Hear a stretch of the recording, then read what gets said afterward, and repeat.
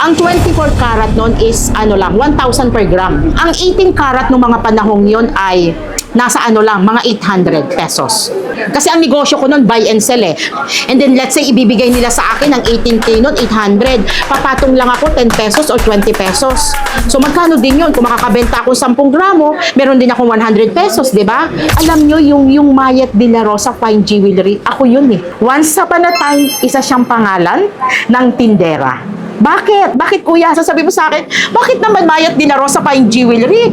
Pwede mo namang sabihin, ang daming pangalan, di ba? Na pwede mong ilinya. So, ang laging sinasabi nila sa akin, gusto kong kausap si Mayet. Si Mayet, yung ano, mabait yun eh. Laging gaganunin yun. Sabi, sino po ba yun? Matyaga yun. Kahit 5 oras kaming magkausap, okay siya sa akin. Sabi nung asawa ko, bakit ka pa mag-iisip ng ibang pangalan? Eh, laging Mayet naman yung hinahanap. So, ang ipangalan natin sa jewelry store mo is Mayet de la Rosa Fine Jewelry.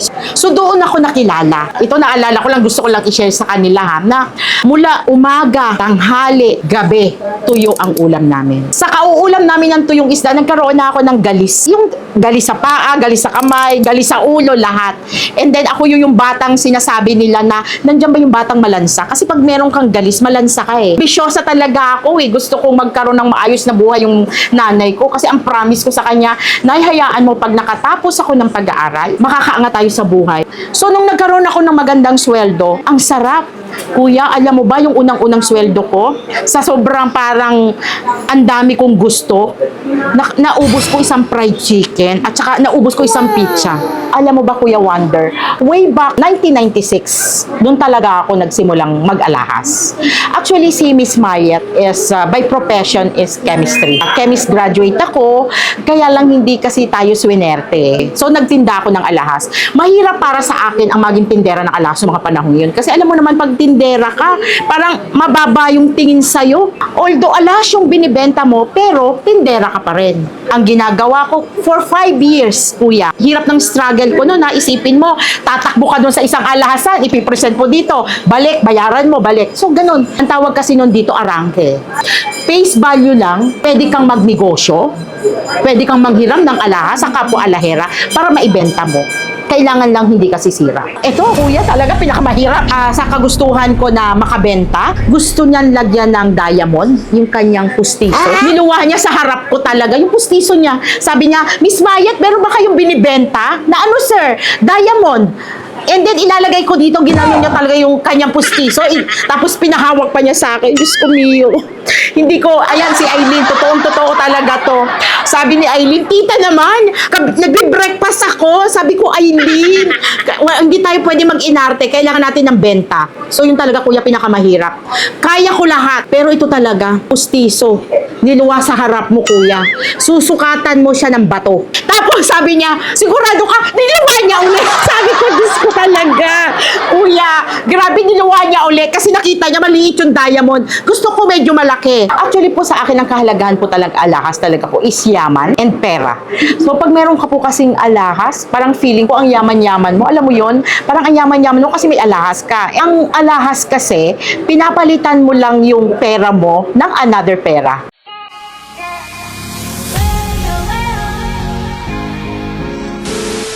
Dating sales lady lang, pero ngayon, isa na siyang Mayet de la Rosa. So sa video na to, yan ang aalamin natin, ang buhay ni Ma'am Mayet de la Rosa. I hope samahan niyo ako sa video na to, first time natin gagawin. Alam mo ba, Kuya Wonder, way back 1996, doon talaga ako nagsimulang mag-alahas. Actually, si Miss Mayet is, by profession, is chemistry. Chemist graduate ako, kaya lang hindi kasi tayo swinerte. And then, alam mo naman, nangangarap tayo ng maayos na buhay. And sabi ko, Diyos ko, paano ko ba mabibigyan ng maayos na buhay ang aking nanay, 'di ba? So, sobrang hirap kasi ng pinanggalingan ko. And nakapag-isip-isip ako and in-encourage din ako ng aking brother na kung gusto mo, magtinda ka ng alahas. So, nung 1996, sabi ko, medyo labag sa isip ko, medyo labag sa puso ko, pero ang gandang break para sa akin. Kasi, alam mo ba, Kuya Wonder, noong mga panahong yon, ang minimum lang is 4,500 pesos per month, ang minimum wage nun. And then, ang offer na sa akin agad nung kapatid ko noong mga panahong yan is para mga 5 times nung minimum ko. So, iniwan ko talaga yung napakagandang trabaho sa Makati, bihis na bihis, alam mo yon, nakaayos, parang executive na pangarap ko, pero sabi ko, walang mangyayari sa akin dito eh. So, nagtinda ako ng alahas. Mahirap para sa akin ang maging tindera ng alahas sa mga panahong yun. Kasi alam mo naman, pag tindera ka, parang mababa yung tingin sa'yo. Nagtitinda ka kasi. And then, although alahas yung binibenta mo, pero tindera ka pa rin. Yung word na sales lady and tindera, mababa yung tingin nila ng mga panahong yon. Pero talagang kinagat ko yun kasi biro mo naman 5 times na mas malaki yung sweldo. And then yun, nung mga panahong yon, dahil sinipagan ko kasi ambisyosa talaga ako eh. Gusto kong magkaroon ng maayos na buhay yung nanay ko kasi ang promise ko sa kanya, Nay, hayaan mo pag nakatapos ako ng pag-aaral, makakaangat tayo sa buhay. Ano ba kuya, nung bata pa ako, naalala ko lang, gusto ko lang i-share sa kanila ha, na mula umaga, tanghali, gabi, tuyo ang ulam namin. Tuyo, alam mo ba yun, yung tuyong isda? As in talagang, sa kauulam namin ng tuyong isda, nagkaroon na ako ng galis. Yung galis sa paa, galis sa kamay, galis sa ulo, lahat. And then ako yung batang sinasabi nila na, nandiyan ba yung batang malansa? Kasi pag meron kang galis, malansa ka eh. Yung may amoy. And then yung kamay mo is namumusarga ng, ano tawag dito, galis ay nakita mo. Kaya makikita mo yung kamay ko, sobrang nipis na. Kasi galisin talaga ako nung bata pa ako. So sabi ko, gusto ko naman magkaroon ng, ng ulam na karne. Alam mo yon, gusto ko makatikim ng baka, gusto ko makatikim ng corned beef, gusto ko makatikim ng chicken, ganyan.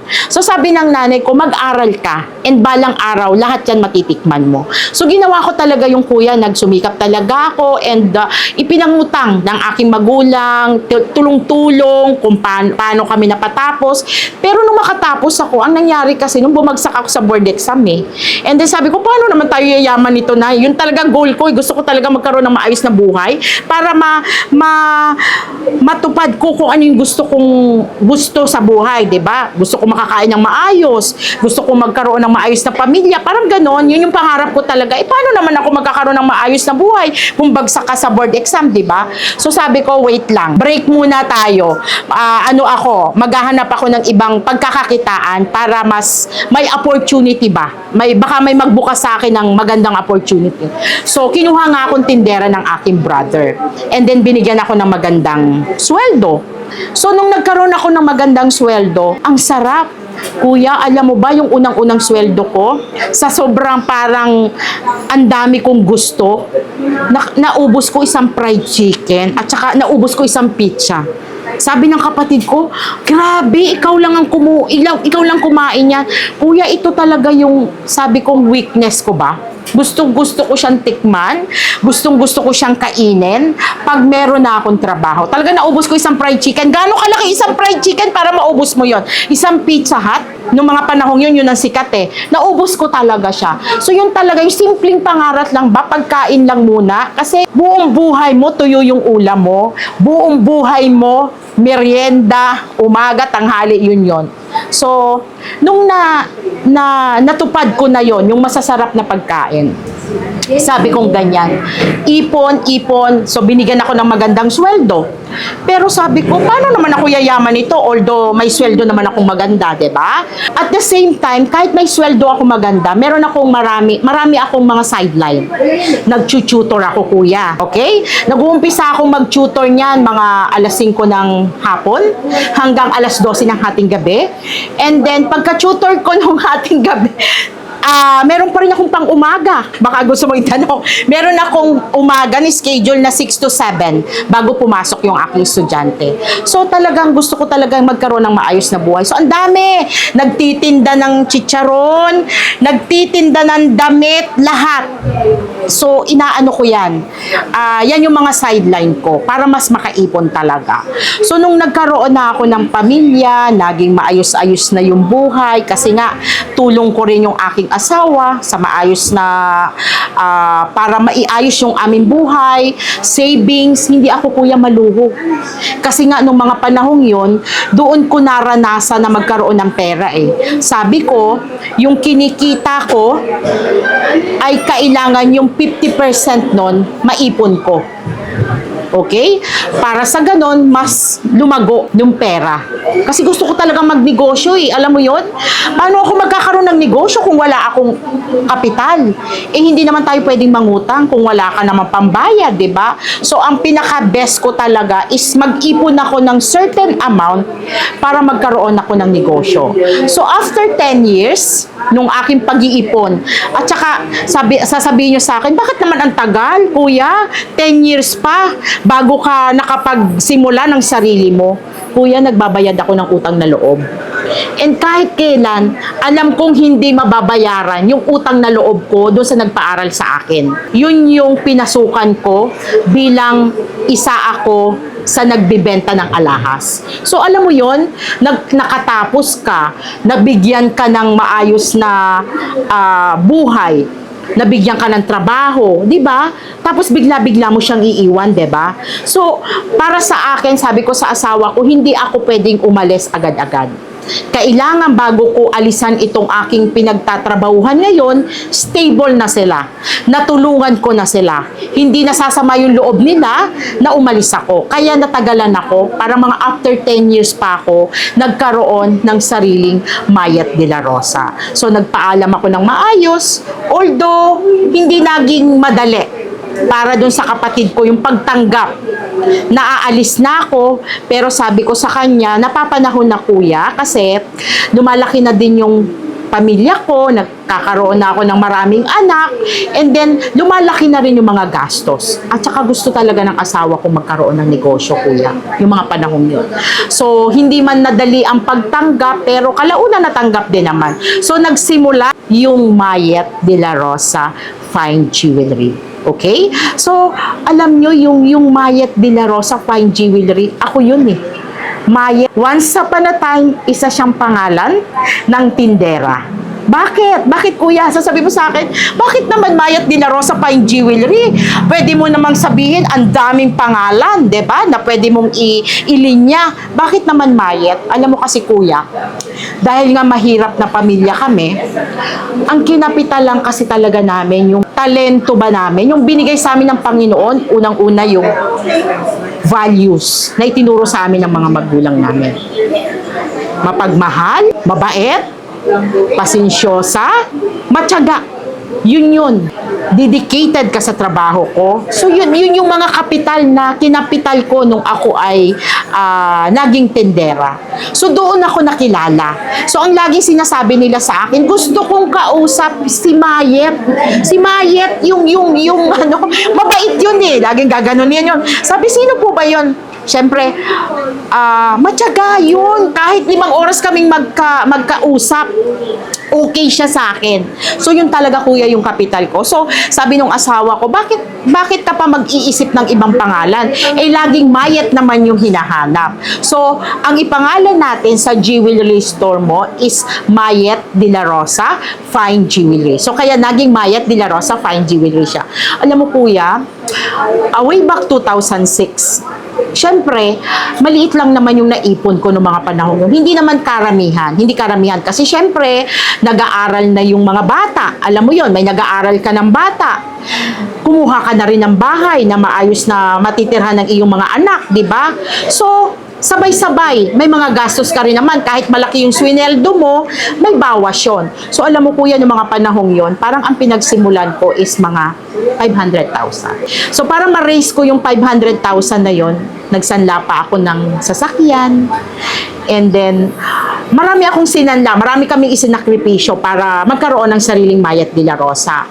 And idinidescribe nila ako ng mga panahong niya, si Miss Mayet, yung ganun lang yung display. Maliit lang kasi, ganito lang siya kuya. Itong dalawang, parang isang dipa. Pero ito na po yun. Oo. Hindi, doon sa harapan. Sa harapan pa siya. Pero isang dipa lang siya. Kasya lang ay 3 tao. Isang dipa lang siya. So, parang yung space ng aking display, kahon, konting alahas, kahon, konting alahas. Ganun lang. Kasi maliit lang eh. Kasi may buy and sell pa ako ng mga panahon yon. So, napakaliit lang talaga. And then, naglakas loob ako, sabi ko parang hindi enough yung 500,000. Pero alam mo ba kuya, noong mga panahong yon, ang 24 karat noon is 1,000 per gram. So kung meron kang 500,000, meron ka ng kalahating kilong 24. Kasi ang negosyo ko noon, buy and sell eh. Display and buy and sell. So, sabi ko kulang. Kasi may display pa ako eh. So, ang 18 karat ng mga panahong yon ay nasa mga 800 pesos. 800 to 900 pesos lang ang 18K nung mga panahong yon. So, bibenta ka, di ba? So, kung meron kang mga 100,000 display, medyo marami na rin. Pero maliliit lang. Kulang pa rin. So, nabawasan na yung aking 500. 400 na lang. Hindi na enough na makabili ako ng 500 grams na China. Kailangan kasi nung mga panahong yon, para hindi ka matalo sa pagninegosyo ng buy and sell, kailangan at least meron ka at least mga kalahating kilo tutunawin. So, ang ginawa ko ng mga panahong yun, sabi ko, naku, Richard, kulang tong 500,000. Sinanla namin ang bahay, sinanla namin ang sasakyan, ibinenta namin yung aming mga kunting alahas, nangutang sa mga kaibigan. Ayun, yun yung mga pinagsimulan ko hanggang nakaipon pa ako ng higit sa 500,000. Bakit kamo kuya? Kailangan ko kasing tunawin yon and then ibebenta sa Central Bank ng mga panahong yon. So, araw-araw, alam mo ba yung kuya, araw-araw ang ginagawa ko ng mga panahong yon.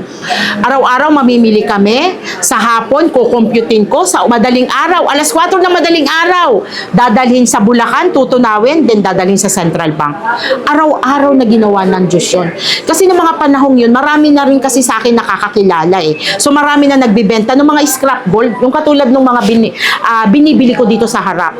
So, wala namang masyadong magpautang din na, may mga nagpapautang pero hindi ganun karami. So, kailangan yung, kung meron ka ng kalahating kilo or meron ka ng 1 kilo, tutunawin mo siya, ibenta mo na sa Central Bank para the following day, may pangkapital ka. Syempre, yung display mo naman, may mabibenta kang 1 piraso, 2 piraso, kikita ka ng 500, 1,000, hindi naman araw-araw, daan libo ang benta mo. So, yung iba natitenga rin. So, kailangan mo rin talagang paikot-ikot lang. Alam mo yun, diskarte lang. And then, ang ginagawa ko pa nung mga panahong yun, pag may may buyer ako, let's say may naghahanap sa akin ng ganito, sasabihin ng mga customer ko, Miss Mayet, ikaw ang gusto kong kausap, hanapan mo ako ng ganito, hihiramin ko sa mga katabi kong alahera. And then, let's say, ibibigay nila sa akin ng 18K noon, 800. Papatong lang ako 10 pesos or 20 pesos. So, magkano din yun? Kung makakabenta ako 10 gramo, meron din akong 100 pesos, di ba? So, okay na sa akin yun. O kaya, minsan, sabi niya, sige, patong ka na ng 50 pesos. So, kung meron akong 10 grams, meron akong 500 pesos sa mga panahong yon. So, malaking bagay na sa akin yon. Basta, ikaw yung mag-a-assist sa akin. So, doon ako nabuhay. Yung face mo lang, yung mukha mo, pwede mong isa-isahin yung mga alahasan. Hahanap ka nung mga alahas na ipipresent mo sa kanila, pwede yun ng mga panahong yon. Hindi ko kinakailangan ng masyadong maraming inventory para makabenta. So, sasabihin ko dun sa isang alahasan, pahiram naman ako nito, may naghahanap sa akin. Pipirma ako, and then, pag mamayang hapon, ibabalik ko din. And then, ipipresent ko dun sa aking kliyente, ito po yung hinahanap nyo, mag-a-add ako ng 10 to 50 pesos, and then may kita na ako dun. Pag binayaran ako, babayaran ko na yung alahas alahera na hiniraman ko. So, ganun yung buhay namin noon. Kasi wala ako nung mga pangkapital pa eh. So, hanggang hindi naman kami maluho. Ang ginagawa ko, for 5 years, kuya. Hirap ng struggle ko noon, isipin mo, tatakbo ka doon sa isang alahasan, ipipresent mo dito, balik, bayaran mo, balik. So, ganun. Ganun ang buhay dito sa, ang tawag kasi noon dito, arangke. Ganun ang buhay dito sa arangke. Face value lang, pwede kang magnegosyo, pwede kang manghiram ng alahas sa kapwa alahera para maibenta mo. Kailangan lang hindi ka sisira. So, ganun yung naging buhay ko for 5 years. And then, kailangan ko makaipon para dagdagan na yung mga display ko. So, doon ko na napagtanto na pag ikaw pala ay masinop sa pera, masinop ka sa kaalahas na ipinahiram sa'yo, maayos ang pagdidesisyon mo sa buhay, hindi ka maluho, hindi ka nang lalamang, meron kang dignidad, meron kang isang salita, pwede ka palang magnegosyo at marami ang magtitiwala sa'yo. So, napalago namin unti-unti hanggang nagkaroon na kami ng anong tawag dito, ng konting kapital, mas dumami yung aming mga display, at the same time, mas marami na yung nagtitiwala sa amin ng mga panahon yun. Alam mo ba kuya, ang Mayat de la Rosa Fine Jewelry, tinatag yan ng asawa ko, year 2006. So, sabi niya, dahil ikaw yung kilala, dahil ikaw yung laging hinahanap, ikaw, Miss Mayat, ang laging hinahanap. So, ipapangalan ko sa'yo yung ating first jewelry store na Mayat de la Rosa Fine Jewelry. So, itinatag siya ni President Richard noong June 7, 2006. Okay, so, si President Chairman ang nagtatag ng Mayat de la Rosa Fine Jewelry. Okay? So,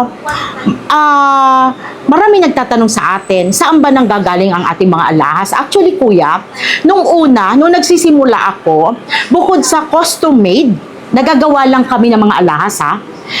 Nung mga panahong yon, ang ating mga alahas ay galing sa pawn shop, mga second hand. Hindi pa uso nun yung mga brand new nung way back 2006.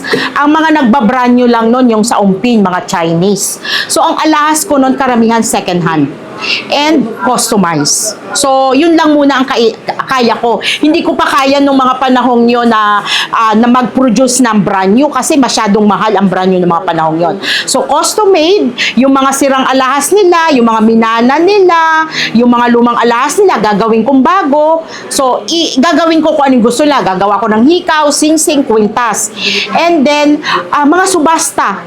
Pupunta ako ng mga pawn shop, kukunin ko yung mga second hand nila, yung tutubusin ko, yung mga lumang alahas, and then yung ibibenta ko. Launan, nung nagkaroon na nga ako ng kapital, nakapag-ipon, dahil masinop naman kami, hindi naman kami maluho. So doon na nag-evolve na nakilala na namin yung mga nagbibenta ng brand new. Okay? So, nagtiwala naman sila sa Mayat. Sabi ko nga sa'yo, yung mga values na itinuro sa akin ng mga magulang ko na kailangan, anak, mabait ka, mapapagkatiwalaan ka, may isang salita ka, may dignidad ka. So, yan yung mga kinapital ko and nakilala yung Mayat de la Rosa. Si Miss Mayat de la Rosa, pwede itong pagtiwalaan. So, doon, siguro mga 3 to 5 years na nag-aalahas ako, 2009 to 2009, 2010, nakilala ko na yung mga nagbebenta ng brand new.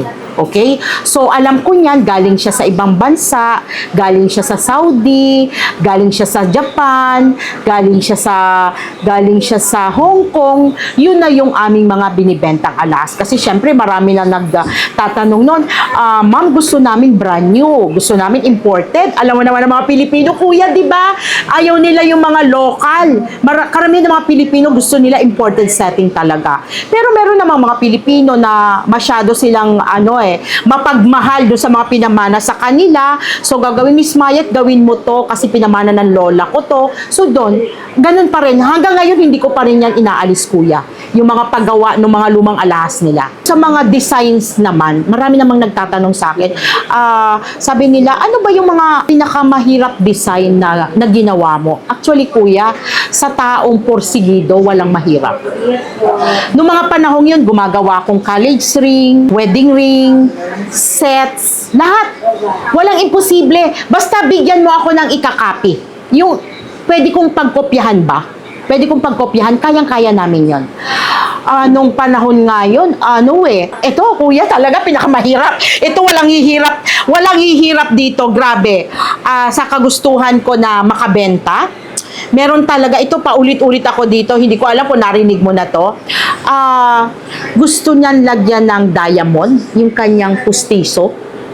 And then alam mo ba, niluwa niya sa harap ko talaga, yung pustiso niya. Sabi niya, Miss Mayet, meron ba kayong binibenta? Na ano sir? Diamond. And then ilalagay ko dito, ginano niya talaga yung kanyang pustiso. Tapos pinahawak pa niya sa akin. Diyos ko mio. Hindi ko, ayan si Aileen, totoong-totoo talaga to. Sabi ni Aileen, tita naman, nagbe-breakfast ako. Sabi ko, Aileen, hindi tayo pwede mag-inarte, kailangan natin ng benta. So yun talaga kuya, pinakamahirap. Kaya ko lahat. Kaya kong gumawa ng mahirap, basta may tutularan. Pero ito talaga, pustiso. Niluwa sa harap mo, kuya. Susukatan mo siya ng bato. Diba? Galing sa bibig, kuya. Sana mala kung galing sa bulsa, diba? Kaya mo ba yung kuya? Yun talaga yung pinakamahirap. And sabi ko nga, hindi, mag-alcohol na lang tayo dyan, Aileen. Pero hindi ko naman sinabi na kaharap yung customer na mag-alcohol ako nun. Hinawakan ko yung pustiso niya, sinukatan ko ng diamond. Sir, ito po, kakasya. O, sigurado ka, Miss Mayet. O, sige. Tapos, isinubo na na uli yung pustiso. Tapos, sabi niya, sigurado ka, niluwa niya uli. Sabi ko, Diyos ko talaga. Kuya, grabe niluwa niya uli kasi nakita niya maliit yung diamond. Gusto ko medyo malaki. Okay, sir, sige. Medyo malaki, sir. Aileen, medyo malaki daw. So, yun talaga yung pinakamahirap na nangyari sa buhay ko. Pero, kinaya ko. And then, wag tayong suplada. And then, natuwa si sir. Siguro mga 5 beses na wala yung diamond dong pustiso niya. And then 5 beses din siyang pabalik-balik. So pag nakita ko siya, alam ko nang gagawin nun. Huhubarin yung pustiso, ipapasukatan sa akin ng diamond. So yun yung pinakamahirap. Alam mo ba kuya, nung nagsisimula akong mag-alas, tindera pa lang ako nun. Meron kasi akong kliyente na Chinese Chinese and Vietnamese. Sabi ko, bakit kaya sila parang pagsisweldo, bumibili sila ng alahas, coins, mga ganyan, no? Lagi silang bumibili ng mga ganyan sa akin. Malalaki pa yung iba kasi naubos na lang yung iba eh. And then noon kasi ang per gram ng 24 karat, diba sabi ko sa'yo, ay 1,000 lang. Pero nung nagsisimula pa talaga ako sa brother ko, 500. So parang bibili sila, halimbawa ganito. Meron silang 10 grams. 10 grams na gold bar. Okay? So alam mo ba yun, yung mga 10 grams nun, bibilhin lang nila sa akin nun, nung tindera pa ako, bibilhin nila yung 10 grams to 5. 10 times 500, 5,000 lang. 10 grams na. 5,000 pesos. Kasi nung nag-alahas na ako, yung 10 grams, naging 10,000 na eh. After 10 years, naging 10,000 na. So, sabi ko, bakit kaya pag sila ay may sweldo, siguro mga executive sila ng mga company nun eh. Bibili sila ng halagang 10 grams. Sasabihin nila sa akin, Miss Mayet, bili uli akong 10 grams.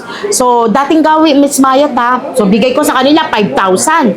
Ano na yun? 10 grams. Dami. Ganun yung routine. Pag sisweldo, pupunta sila sa akin, Miss Mayet, dating gawi, 10 grams. Bili sila. Alam mo ba nung matatanda na, mga kapitbahay ko kasi sila, alam mo naman, hindi naman ako lumilipat. Kung saan ako lumaki, doon na rin ako, yung sa brother ko, doon na rin ako namuhay. So kung saan yung brother ko, doon na rin ako kumuha ng bahay. And then ngayon, matatanda na sila. Alam mo ba kuya, lalo na nung kataasan. Siyempre, nagkakasakit na sila. Dinadala nila sa akin yung kanilang mga gold. Araw-araw, nagpapabenta ng gold. Alam mo ba yung 5,000 nila binili? Bibilhin ko 10 grams. 5,000 nila nabili ha, bibilhin ko 100,000. So alam mo yun, sabi nila, alam mo Mayet, buti na lang nagbili ako ng gold. Sabi niya ganyan, buti nilang binili ko itong gold na to. Kasi yung 5,000 ko way back 30 years ago, 25 years ago, wala nang value na yon. Isang maintenance ko na lang yan sa isang buwan. Pero, pwede na ako makapagpa-hospital, pwede na ako makapagpa-laboratory, nabibigyan ko pa ng, nababahaginan ko pa yung aking mga apo, yung aking mga anak ng pan-travel nila doon sa mga gold kong inipon. Diba? Nakakatuwa. Kasi nga, 5,000, 10,000, bibili kong 100,000, malaking bagay na yun, diba? So, nung na-hospital siya, kasi syempre, alam mo naman, mga 75 years old na, 80, medyo ano na siya lagi na silang na-hospital. So, may bill daw silang 500,000. Nagpadala sila sa akin ng halagang 50 grams. Sabi ko, tapos daladala niya yung papel. Daladala niya yung papel kung magkano na niya bili. Alam mo itong 50 grams na to, nabili niya dati. Noon, ang tagal-tagal na pala nito, 50 grams, nabili lang nila noon.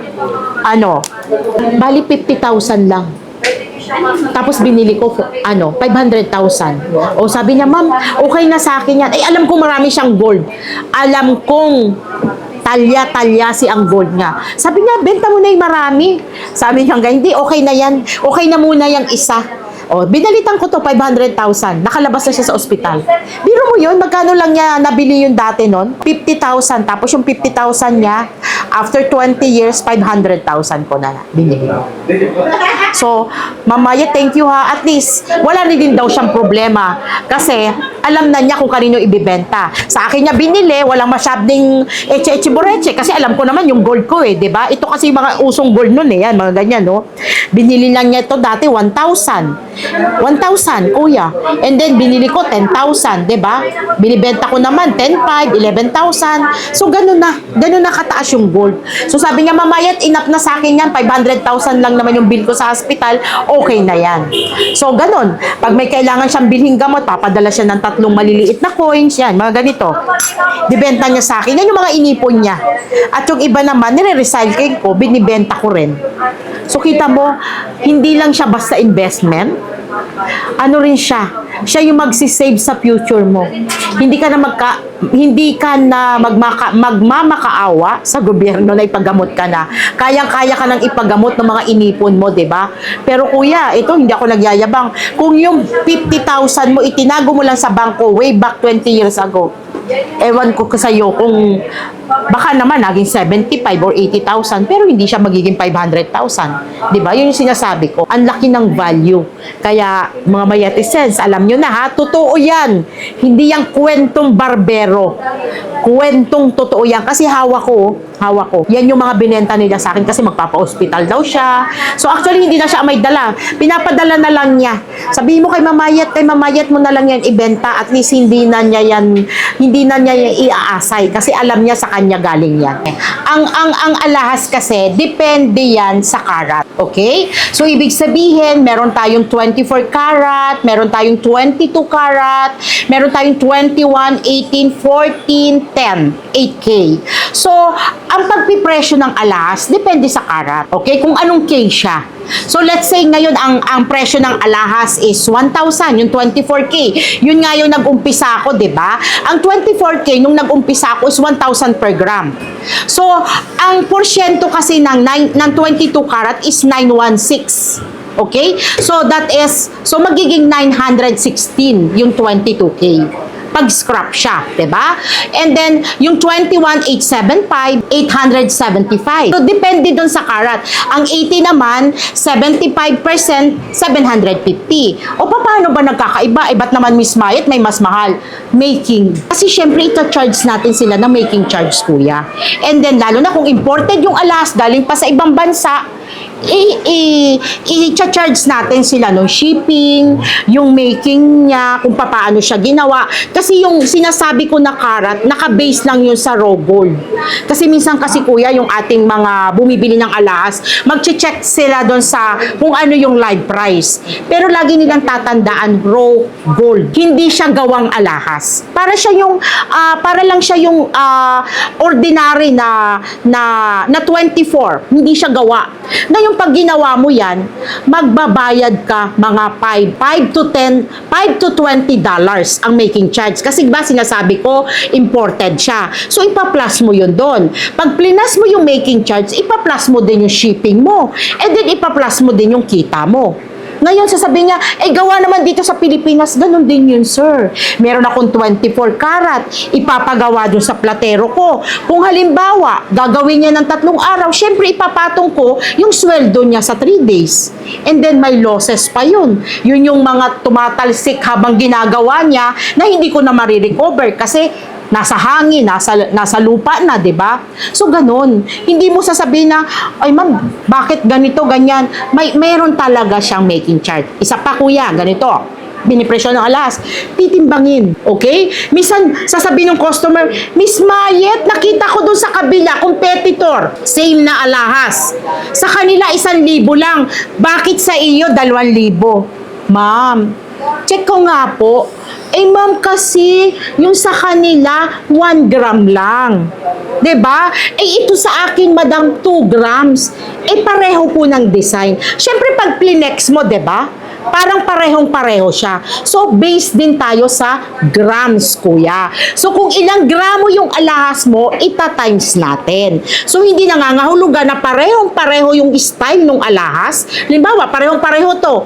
Pareho lang siya ng price, hindi. Didepende tayo sa gramo ng alahas at sa karat ng alahas. And isa pa kuya, depende din sa style. Okay? May alahas na mas mahal ang making charge. May alahas na simple lang, mas mura ang making charge. Kaya, di ba may sinasabi tayo, meron tayong basic, may SPL, BBSPL, and meron tayong mga electroform. Okay? Doon tayo nagbabari kung bakit mas mahal. Okay? So, iba-iba ang price ng making charge. Iba-ibang country, iba-ibang ganda, iba-iba yung polish, iba-iba yung making. So, kaya nag-iiba-iba din ang presyo ng alahas. Okay? Ngayon naman, tatanong nyo sa akin, Miss Maye, ang tagal mo na pala sa pag-aalahas. Buti naman, nasa pag-aalahas ka pa rin ngayon. Nako, kuya, alam mo ba? Pandemic time, alam mo naman, ang dinulot sa atin ng pandemic. Okay? So, sobra talaga akong nahirapan. Grabe.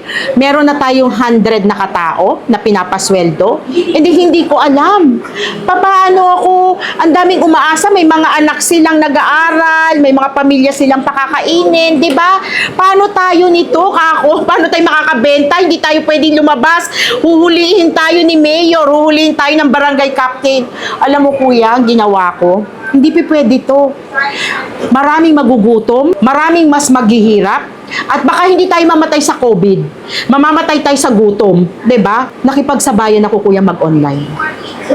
Ayaw ng asawa ko, hindi na makagandahan si Miss Mayet. Pero noong mga panahon kasi yun, hindi uso yung mga pinapakita yung mukha. Natatakot kasi baka daw ma-hold up, baka ma-kidnap, ganun. Ay, hindi.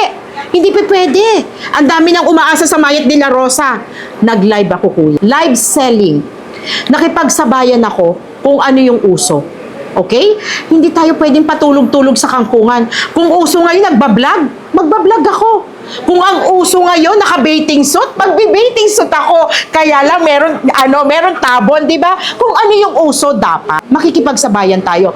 Ang uso ngayon, social media. So, nandito tayo sa social media. So, lahat ng social media platforms, meron tayo. Meron tayo po yung Facebook, meron tayong TikTok, meron tayong Instagram, meron tayong website, lahat. And then patuloy ang ating pakipagsabayan.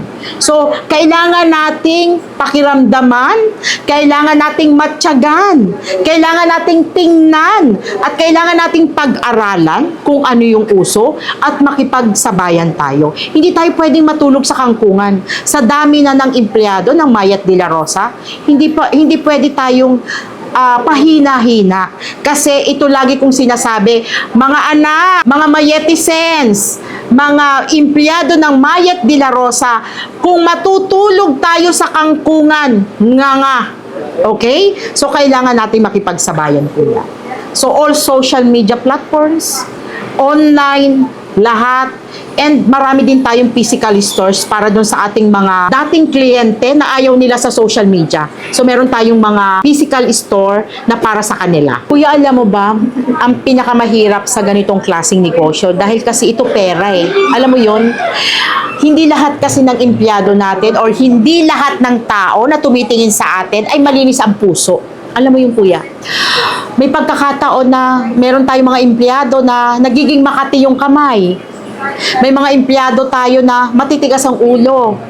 And then, isa pa is, alam mo yun, hindi naman lahat ng tao rin ay tinitingnan ba yung jewelry na, lalo na pag umaasenso ka, marami ding mga hindi magaganda ang kalooban. So, ang daming iisipin. Hindi lang yung safety mo, hindi lang yung mga empleyado mo, hindi lang yung kapital mo, hindi lang yung competitor mo, ang dami mong iisipin.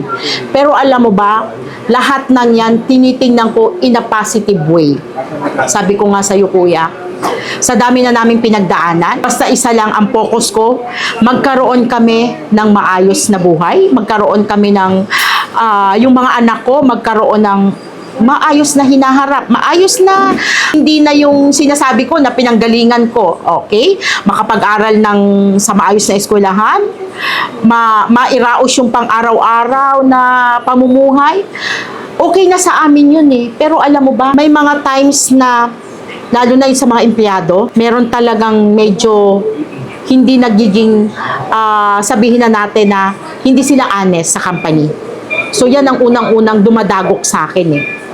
Pangalawa, yung mga tao na pinagkakatiwalaan mo, let's say yung mga customer, nung mga nagsisimula pa ako, kasi uso nun, checky-checky eh. Mga ganyan, o yung papahiramin mo, kasi nabuhay ako sa hiram eh. Ay bakit hindi ko naman sila bigyan ng opportunity din na pahiramin, di ba? So, ang mangyayari niyan, hindi ka minsan mababayaran, yung mga ganon. Pero, wala eh. Kasama talaga sa buhay yon. So, hinaharap ko na lang and then, susolusyonan ko na lang. Parang, learn na lang sa experience, sa susunod, hindi ka na makakahiram, pero masakit man sa akin, di ba? Pero kailangan ko siyang pagdaanan para matutunan ko. Isa pa is, pag humihina yung negosyo, lalo na pag tulad ngayon, enrollment, hindi gaanong marami ang bumibili ng alahas. And then, ang dami-dami mong mga empleyadong umaasa sa'yo, di ba? So, paano yun? May magkakasakit ka pang empleyado, di ba? So, mahirap para sa amin. Pero ano lang, laban lang. May mga paraan naman. Kaya nga kami everyday nagla-live eh, para at least hindi maging mahina yung aming negosyo. And isa pa, yung mga takot, diba? Kasi alam nila, alahas yung tinda mo. Pagbabalakan ka ng masama, diba? Alam mo kuya, pinagdarasal ko na lang sila na sana haplusin sila ng Panginoon na wag gumawa ng masama or wag kaming pag-isipan ng masama. Ganun na lang.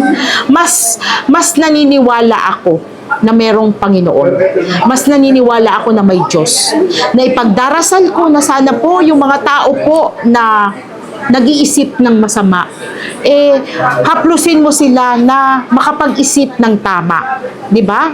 Pwede naman eh. Hindi imposible yun. May mga tao talagang prone na magbago. Hindi naman sila forever na masama eh. And then, ilihis mo po ako. Kung meron man pong nag-iisip ng masama, ilihis mo po ako. At awa naman ng Diyos, kuya. Yan talaga lang ang aking sandata. Ilihis mo po ako sa mga nag-iisip ng masama sa Mayet de la Rosa. Nagpipray ko lang sila. Okay? And, alam mo kuya, eto pa, yung sinasabi na meron bang pagkakataon na buhay mo na muntik ng magsara. Meron akong mga negosyo na, sabihin na natin kasi ako talaga lahat ng negosyo pinapasok ko eh. Meron naman, meron ng pagkakataon na muntik kami magsara. Pero sabi ko nga sa'yo, dahil doon sa attitude ko, ako kasi kuya, isa sa aking personality, madali ako mag-move on. Yung personality ko, madaling mag-twist. Galit ako ngayon, and then after 5 minutes, wala na. Parang ganun ako. Ganun kabilis mag-turn yung aking, ganun kabilis mawala yung sama ng loob ko. Halimbawa, ngayon, tawag dito, galit ako sa empleyado ko, may ginawang masama. Kakausapin ko lang siya, and then later, okay na ako. Kailangan ko kasi mag-move on agad eh. Gusto ko agad may solution para at least hindi maapektuhan yung aking maapektuhan yung aking negosyo. Kaya pag noong dumadating kami o dumaraan yung pagsubok na parang gusto mo nang magsara nung mga una-una, parang hindi ko na kaya, wala na akong kapital, kulang yung kapital, puro utang, kabi-kabilang utang. Alam mo yon, then minsan madadali ka pa ng mga masasamang tao, yung nagpapautang ka tapos tatakbuhan ka, may mga ganun nun eh. Sabi ko, ano bang gagawin ko dito? Nagsisweet agad yung mood ko na sabi ko may awa ang Panginoon. Dadasal lang ako, makakaisip ako ng magandang solusyon. Alam mo ba kuya, noong mga panahong yon, halimbawa ikaw magbibenta ka sa akin, wala pa akong pambayad. Meron ako mga delaying tactics na gagawin para habang nag-iintay ka, hindi ka maiinip na wala palang pambayad si Miss Mayet. Pero sabi ko, Lord, paisip mo sa akin kung kanino ako pwedeng mangutang. Yung mga tipong ganon. Naiisip ko naman, and then nagagawan ko ng paraan. And then ayun nga, nalampasan ko na yon. Nalampasan ko na yung stage na yon. Prayers lang, pinaka-best, prayers. Alam mo, sa awa naman ng Diyos, binibilang ko na lang siya as 20. Okay? Sabi nga nung iba, 18 lang daw, 19. Kasi marami kasi kami kuyang negosyo. Bilong doon yung pawn shop, meron kaming hotel, merong may kung ano-ano, may hospital. So, parang yung isa, halimbawa, yung hotel, kinakount ko na lang siya as one kasi may jewelry din doon. And then, meron din kaming coffee, Bayet Basic. So, alam mo, awa ng Diyos, meron na kaming 20 branches. So, kinount ko na lang siya sa 20 branches for 20 years. Ayan na po. And, maraming salamat na sa mga Mayetizens na nag-contribute para marating namin yung 20 branches na yan. So, sinasabi ko nga doon sa 20 branches na yan, kasama na dyan yung, meron kami mga pawn shop, meron din kaming yung Mayet Basic, may kape siya, and then, marami mga negosyo pang naka-incorporate doon. So, maraming salamat. And, alam mo, ang plano ko, kuya, this coming years, sa future ng Mayet de la Rosa, ngayon kasi nagpa-franchise na kami. Nandun na ako sa punto sa buhay ko na hindi na lang basta nagninegosyo. Oras na para paying back. Paano ako mas makakatulong sa aking kapwa na naghihirap? Nandito po ang Mayet de la Rosa. Ang usapan po dito ay hindi lang ba yung pera tutulungan ko kayo para makanegosyo. Nag-open na po kami ng franchise. Alam niyo po yung franchise, meron po sa aking first na nag-franchise, talagang tinutulungan ko, kuya. Hindi pera-pera na lang. Gusto ko nang suklian yung ginawa sa akin ng Panginoon, kaya gusto kong tumulong. So, nandito po ang Mayet para mag-offer sa inyo ng franchise. Pwede na po kayong mag-franchise ng Mayet de la Rosa. Hindi na po kayo mahihirapan. Nandito na po yung brand na Mayet de la Rosa, nakilalang-kilala na po sa market. And then, wala na po kayong ibang iisipin. Meron po kayong kapital, magbibenta na lang po kayo, tutulungan po namin kayo para maka-start. And then, pag nag-franchise po kayo sa Mayet de la Rosa, kuya, ang ROI po nito, more than a year lang. Parang 1 year and 2 months lang, bawi mo na. 1 year and 2 months lang and ROI. So, andyan po yung Mayet de la Rosa and i-help po kayo ni Mayet de la Rosa. And aside from that, kuya, bukod po dun sa franchise, magkaroon pa po tayo ng branch sa abroad. Gusto ko po talagang magkaroon ng branch sa abroad. And hindi lang po Mayet de la Rosa na jewelry, kundi yung digital natin, kuya. Yung meron po tayong mga, dahil nga po ngayon ay puro online na, so meron na po tayong mga digital, okay? So meron more on po tayo digital na po. So para po dun sa mga generation ngayon na ayaw na nila yung pupunta sa store, so meron po tayong mga digital store. So mga digital store. So inumpisahan na po namin yung website namin. Pwede nyo pong i-visit yung aming website, and then yung aming mga aming mga store na meron na po mga digital. So yun na po yung ating mga ino-offer ngayon. And then yung ating po mga franchise para mas marami pong mayatesens ang ating matulungan. And more on online pa rin kuya. More on TikTok. Okay? So magti-TikTok po uli ako. And then doon sa Instagram po, posting po again. Posting po. And social media. Kasi nandun po yung gulo eh. Nandun yung traffic eh sa social media. So kaya hindi natin dapat iwanan yung ating ang ating social media. And sana one of these days magkaroon tayo ng branch sa abroad. Gusto ko talaga magkaroon ng branch sa abroad. Aside from magkaroon ng maraming franchise na mayat, gusto ko talaga magka-branch sa abroad. Ano naman ang ating pwedeng maipayo sa mga ating mga mayatisens? So sa mga mayatisens po na nangangarap, ayan, mga mayatisens, alam nyo po, hindi na po sa inyo kaila ang pinagmula ni Miss Mayet de la Rosa. Sabi ko nga po sa inyo, tinatali ako kasi ang lansa-lansa kong babae. Ayan po yung ating, napakapangit ang kamay ko ni Miss Mayet de la Rosa. Pag nandun ako sa aming isang negosyo, nagpupunas pa akong ganyan. Ano po lang, determination lang talaga. Yung focus mo, determine ka, and kailangan consistent ka sa ginagawa mo. Hindi yung puro pangarap ka lang. Huwag mo lang i-manifest. Hindi pwede yung, minamanifest ko, gusto ko mag-abroad. Hindi ganon. Hindi ganon ang buhay. Kailangan mo siyang pagpaguran. At kung nangangarap kang maging isang Mayat de la Rosa, 24/7, kuya. Kailangan talaga sipag, tiyaga, determination, yung katawan mo, kahit pagod na pagod ka, kayod pa rin. Determine ka. And pinaka isa ko pang maipapayo sa kanila is, kailangan kasi committed ka. Kailangan talaga mahal mo yung trabaho mo. Hindi ka maiinip. Hindi yung masipag ka ngayon, bukas tamad ka. Consistent ka dapat. Kung ang pasok mo 7 a.m., dapat consistent ka 7 a.m. Hindi, sis, ako naman yung may-ari ng Mayat de la Rosa, alas 12 na lang ako. Di ba mga ganun? Hindi eh. Hanggang ngayon, meron pa rin akong timetable na sinusunod. Hindi pwedeng ako yung may-ari. Kailangan, pag gusto kong pumasok ng alas 5, hindi. Kailangan talagang consistent ka. Dedicated. And kailangan isa pa rin na maisishare ko sa kanila, dapat bukas loob ka.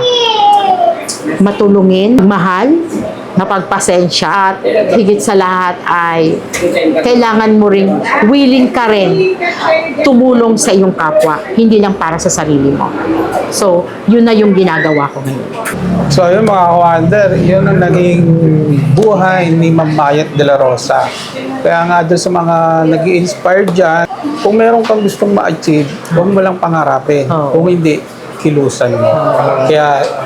Kaya naging ganyan ang Mayet de la Rosa. I hope nagustuhan niyo yung istorya namin. Mga gusto lang bumili ng mga alahas dito sa Mayet de la Rosa, meron kayong peace of mind. Thank you, kuya.